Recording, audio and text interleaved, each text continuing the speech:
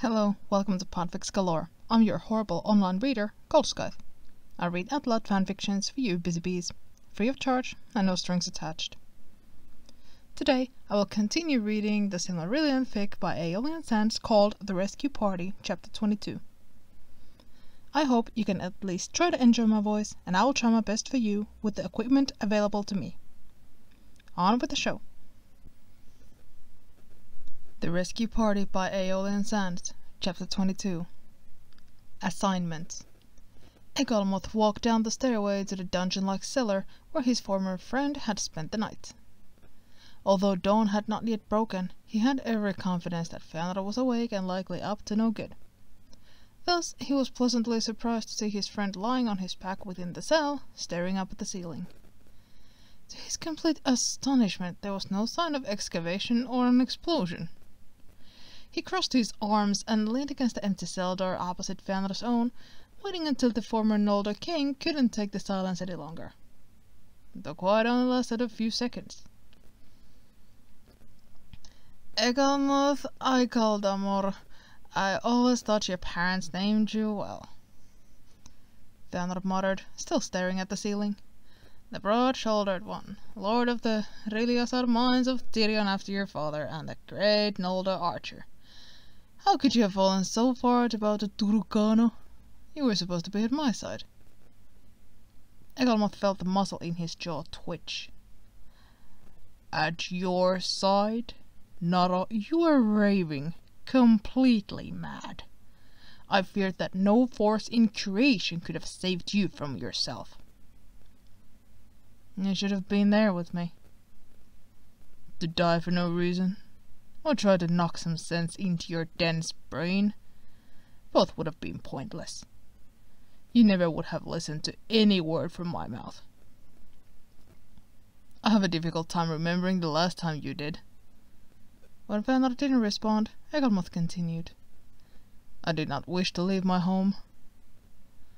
Not for your delusions, or for Turukano. Yet here you are in Endor. Yes. When the Rilisaran told me they wanted to pursue new gems and treasures across the sea, I was unable to abandon them. How noble. You sound like my brother. Egalmoth humphed. If only I was worthy of such comparison. Nolfin will let us bravely across the ice, and his leadership saved the lives of many. He has my respect. Yet like you betrayed me, you left Nola for my pompous, self-righteous nephew. The corners of the archer's mouth turned upwards in a small smile.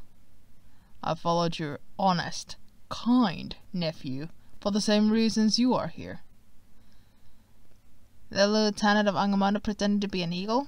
I thought that was somewhat a unique occurrence. Does he fly around snatching elves on the ordinary? No, you idiot. We're not exactly on any direct path to enemy's fortress. You detoured here, and you are a greater fool than I thought if you believed that I wouldn't know why. You saw the skarn minerals in the float, same as us. Oh, yes. Well, Nola tried to steal my sample, the jerk. But yes, I suppose you're right, Fëanor replied. So this means that you abandoned Nola Finwë to go traipsing around looking for ore deposits? Egalmoth took a deep breath, his patience thinning. You know as well as I that the barren hills of Hithlum would never have satisfied the Riliasaran for long. Alteration zones confirmed our initial suspicions, indicating a porphyry to the southeast, exactly along the strike of significant limestone bed. The Ekoriath Mountains, though they were not yet named, quickly began to consume our thoughts. Of course, you were mapping Isengard's while the enemy, the killer of your king, still drew breath. What a cowardly friend you turned out to be. Egalmoth knew that Fëanor was entering one of his moods again. He was probably cranky from staying too long in one spot. You were spending that century dead, which is far worse use of time. And this was during the siege. We did other things. I think you will find my house to have some of the finest archers in Endor. But yes, we did some mapping. You would have as well. Alright, fine, I would have done some mapping, occasionally. What you and Yara left me to do anyway. So you were the one that founded the city? You obviously found your deposit here. No, believe it or not. It was Ulmo that led Turukana to these hidden plains. We knew the general direction was right for the Skarn discovery, so we followed him. The Sivala must have known about it, since the mine is practically in the city's backyard. High-grade mithril in the carbonate beds, with accessory iron, enough metal to create many weapons for the Noldor. We haven't mined too much of the porphyry cap itself yet, though it's plentiful in gold and copper. You would love these mines. They truly are the rival to Riliasar. I would admire them for a moment, that is true. But I don't have the time anymore to spend years on alteration zones and porphyries. You talk like there's no war! Perhaps you have sold yourself to minerals. Threw away the banner of the Finwë to become this heavenly rainbow under Turkana. This is pot calling the kettle black. You started this entire war over gems, remember? It is a grave insult for you to call the Silmarils mere gems. Worse, you forget the murder of my father. A spark of rage kindled in Egalmoth's heart. No, I do not forget the death of my king, he corrected, steel creeping into his words. However, I saw many die on the ice. Were their lives worth any less? Maybe you figured out the truth in Mondos. Maybe, deep down inside, you regret your deeds and wish to erase them. Is that why you have come back? Fenrir Finwë, in his great arrogance, assumes he can set the world right with his willpower alone. I can! This is my fight! Fenrir was standing now, eyes alive with fire. I tell you that my only regret is that I ever involved anyone else. There should have been no Helkarakse. I should have made my son stay with Nerdanel, and I should have come here alone to cut my creation from the vile monster's iron crown, just before pulling the stones of Angamando down on us both. Did you know, Aikalda, that just yesterday morning I thought my failure was overlooking the enemy's army? I regretted burning the ships and having my host. Now I realize that my true regret should have been bringing a host at all. Let me accomplish my destiny. I do not ask you to get involved, especially if you prefer to sit here on your hoarded trinkets. Egalmoth was morbidly curious how his old friend was planning on putting an end to war that involved countless orcs, dragons, balrogs, and the greatest Vala to ever walk Ea. Right, I see you are still hopelessly ill. I apologize for thinking otherwise, for believing some part of our friendship still lived. I'm deadly serious about my purpose.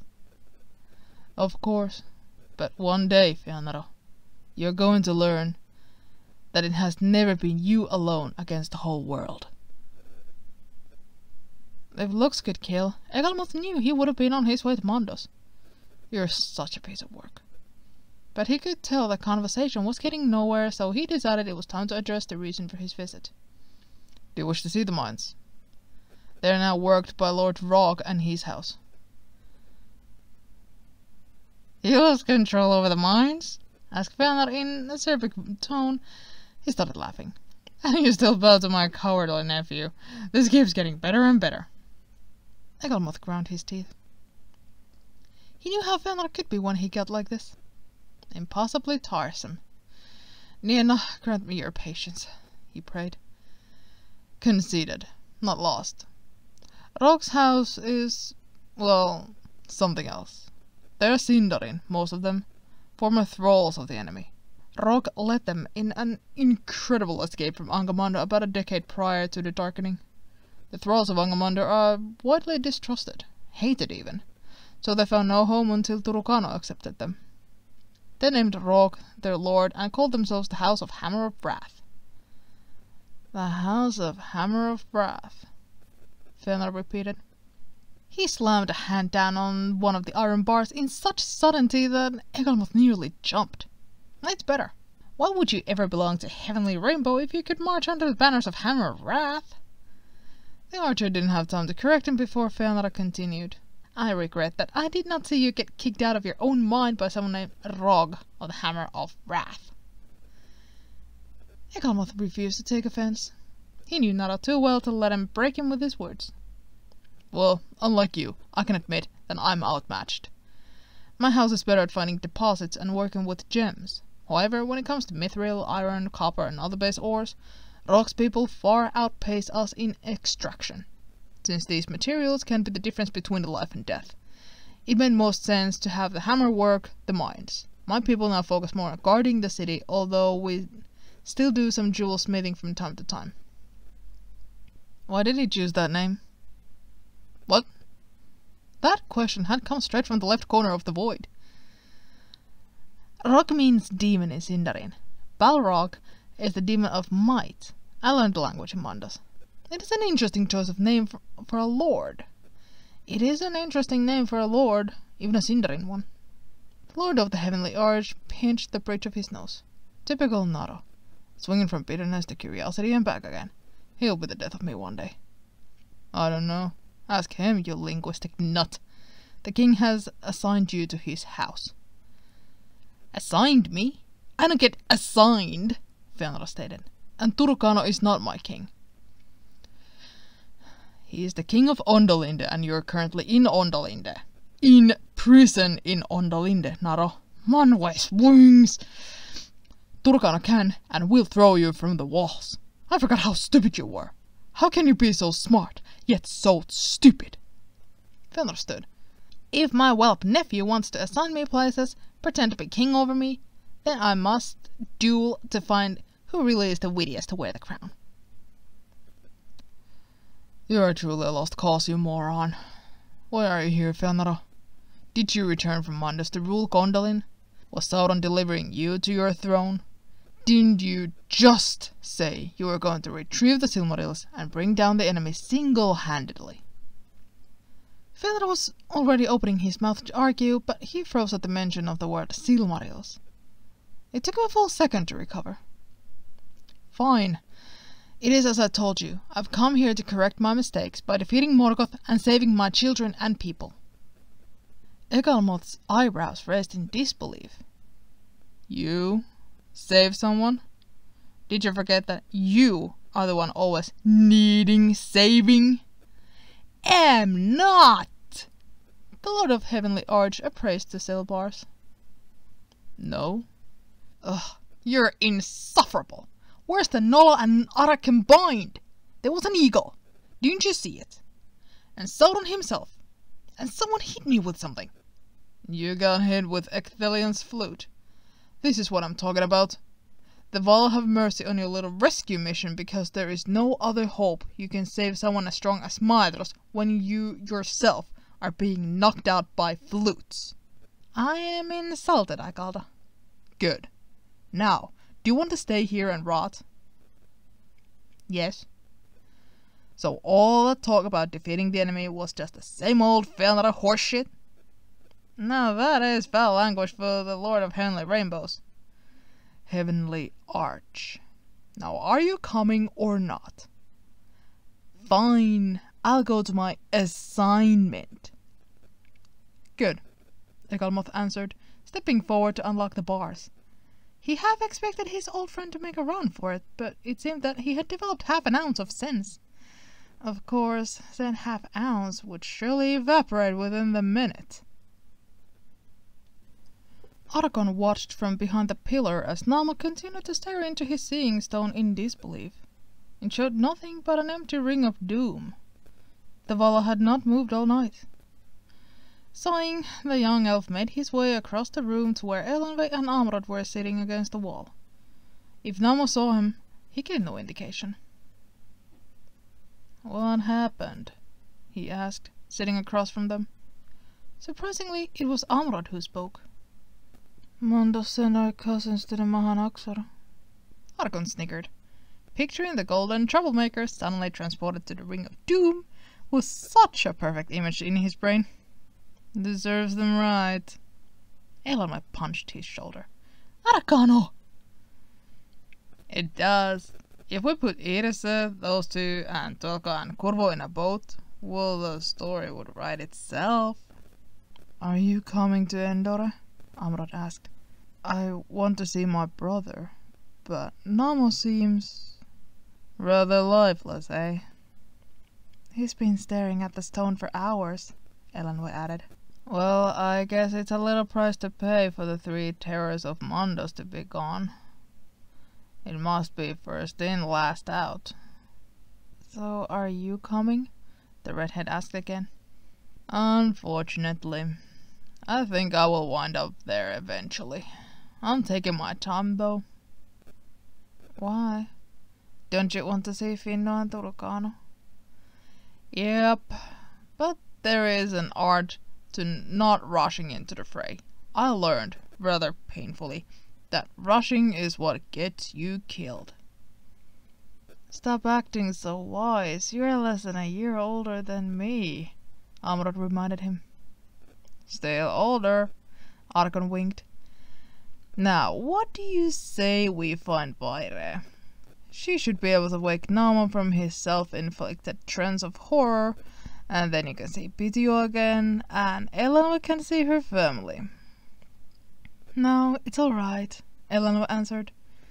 Finding Vaire is not going to help Mondos now. He just needs some time to himself. He was quite terrified to see that he sent the other Finwayans straight to Manwe. I think he was hoping that this whole operation would be a bit more subtle. Namo has all the subtlety of Feanaro, though he pretends otherwise, Aragana remarked. Very well.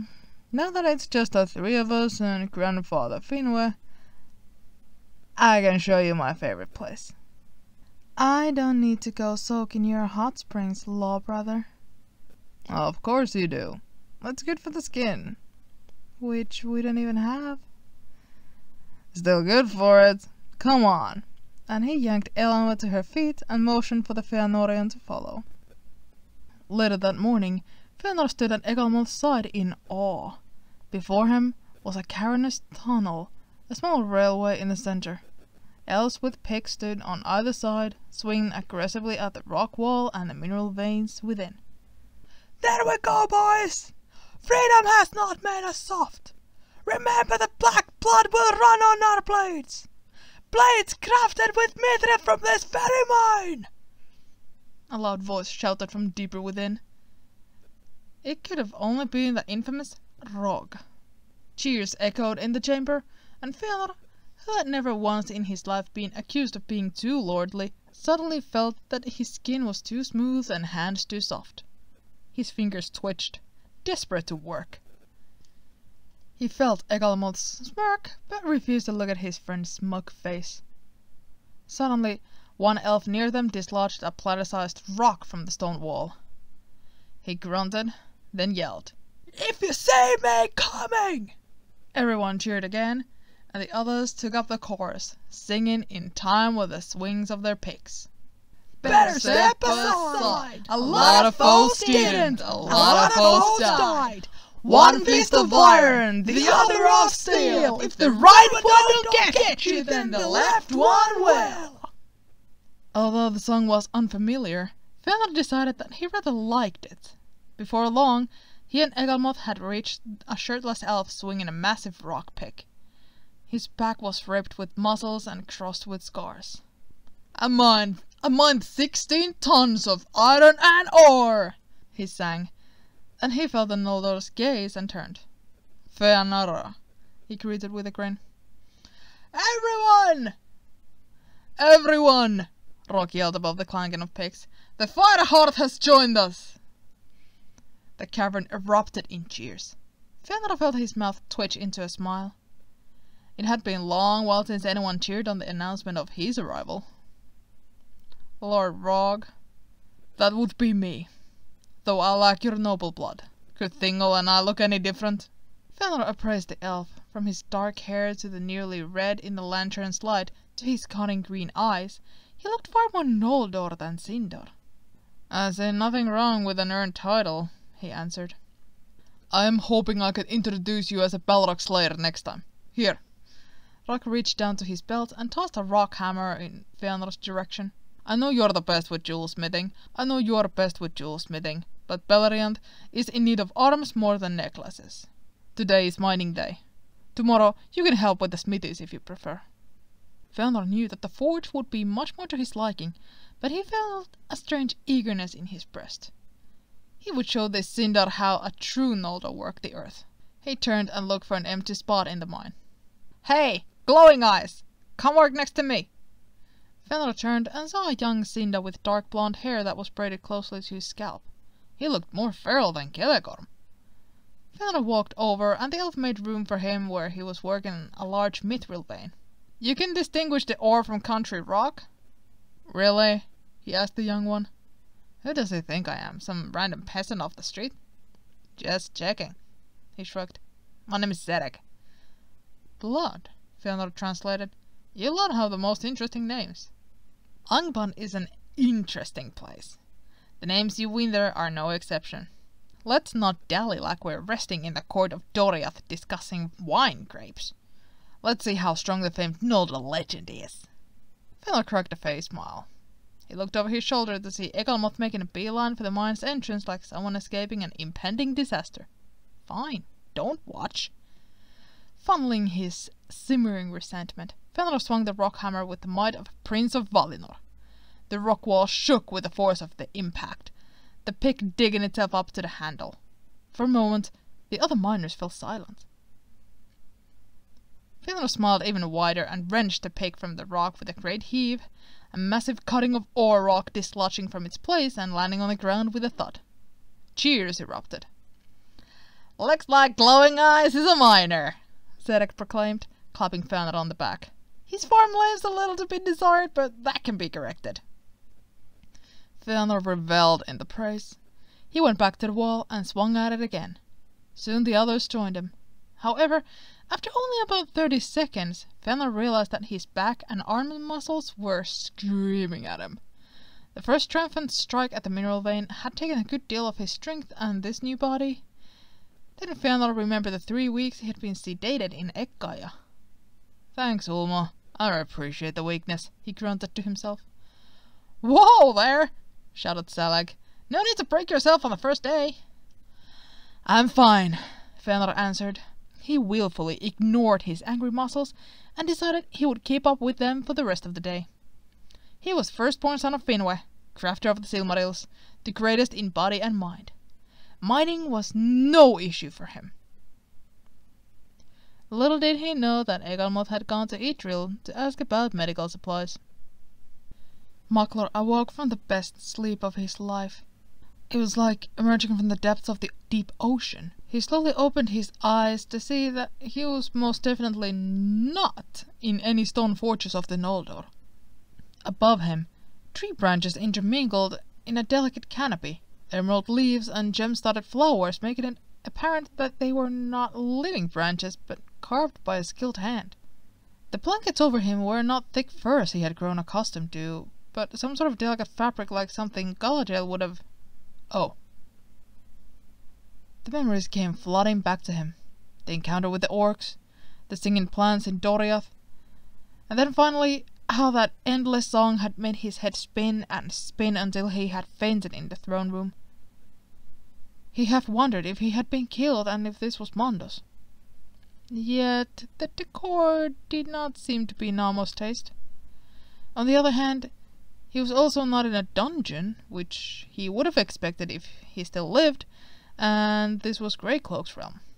Greetings, cousin, came a rather bitter voice. Maklor turned to see Galadriel herself, standing in an arched doorway, holding a tray with a tea kettle and a cup on it. She did not look amused. Hello, Artanis, he answered politely. I assume this is Doriath, then? She rolled her eyes. It is. For some reason, completely unknown to me, the Queen has decided to keep you as a pet. Maklor frowned. Okay? He wasn't quite sure how to respond to that. I am not keeping you as a pet, another voice answered. From behind his cousin appeared Melian the Maya, dressed in an intricate gown of violet. You are to be my student. Now, Galadriel, have you given our guest the tea? Galadriel scoffed. I don't see why I... Melian cut her off with a look. Finarfin's daughter looked quite unhappy, but she walked over and set the tray on Maklor's bedside table. She made for the door, but Melian had stepped inside and closed it, preventing her escape. The two of you remind me of angry toddlers.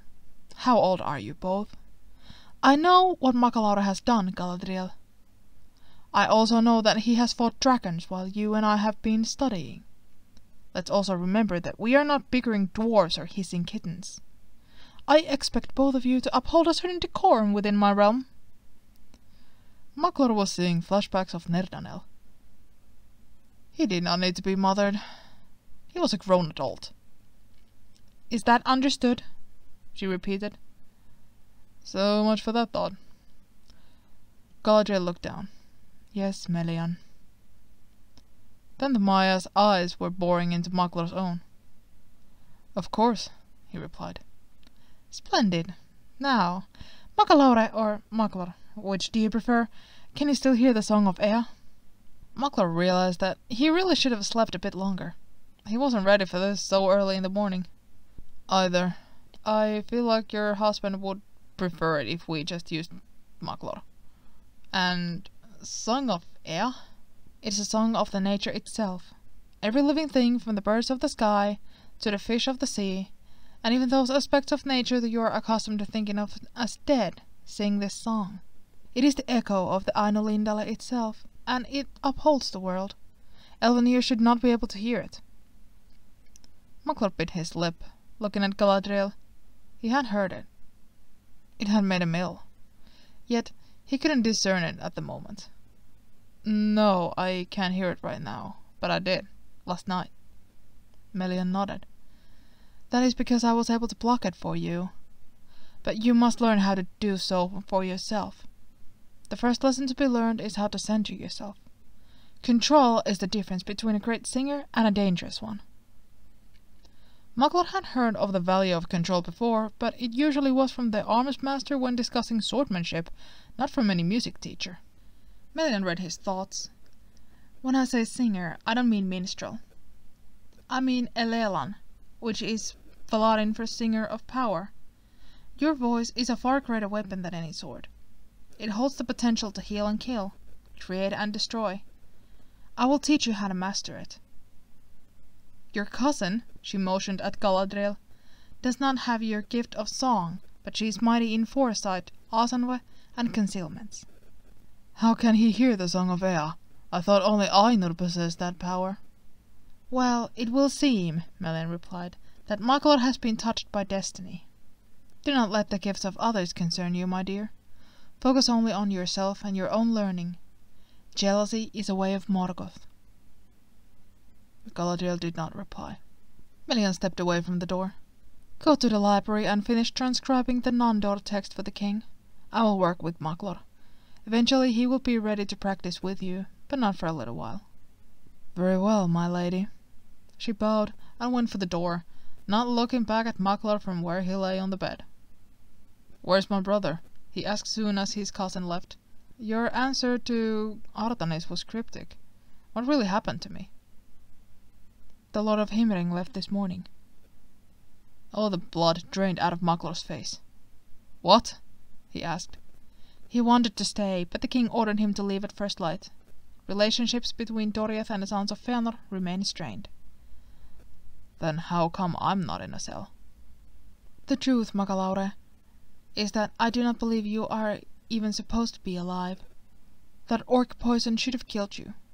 Yet, for some reason yet unknown to me, Namo sent you back to life.